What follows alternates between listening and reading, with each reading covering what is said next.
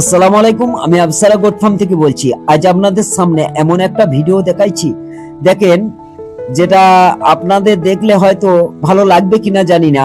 আমি যে বোতলে যে সেলাইনটা করছি, এই সেলাইনটা কাকে করছি দেখতেই পাচ্ছেন। গরু, যে গরু একটানা 10 দিন থেকে এর কিন্তু পাতলা পায়খানা কমেনি, 15 দিন হয়ে গেছে পাতলা পায়খানা কমেনি। দেখেন পাতলা পায়খানাটা কি অবস্থায় করছে। এইরকম অবস্থায় যদি পাতলা পায়খানা 15 দিন থেকে করে, যে ফার্মে থাকে বা গরুটাকে যে লালন পালন করে সেই জ্বালাটা বোঝে যে একটা পাতলা পায়খানা করলে গরুটা কিন্তু খাওয়া কমেনি, দুধ কমেনি, অথচ পাতলা পায়খানা। ও সমস্ত রকম মেডিসিন দিয়ে আমি টেস্ট করেছি, কাজ হয়নি। লাস্ট যে আপনার কৃমির যেটা অক্সাকোলোজেনাইট আছে, নীলজান, ওটা দিয়েছি। তারপরে কিন্তু 2 দিন ঠিক হয়ে গেল, 2 দিন পরে আবার সেই যাকে তাই। তা আমি মনের রাগে কিন্তু ওকে মেট্রোজিল সেলাইন চালাতে বাধ্য হলাম।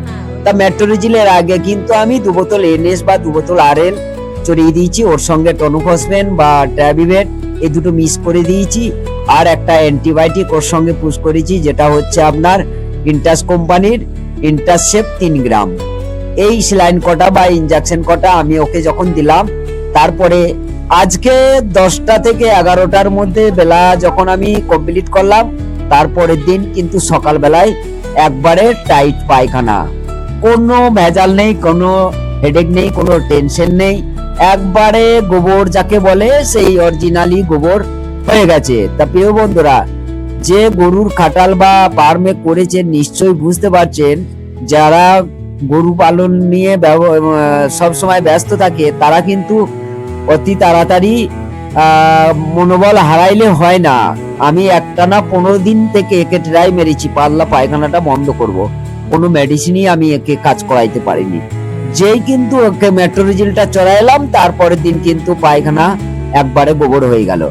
প্রিয় বন্ধুরা, ভিডিওটা দেশ ও দেশের বাইরে থেকে যারা দেখছেন অবশ্যই একটু লাইক, শেয়ার আর সাবস্ক্রাইব করে দেবেন।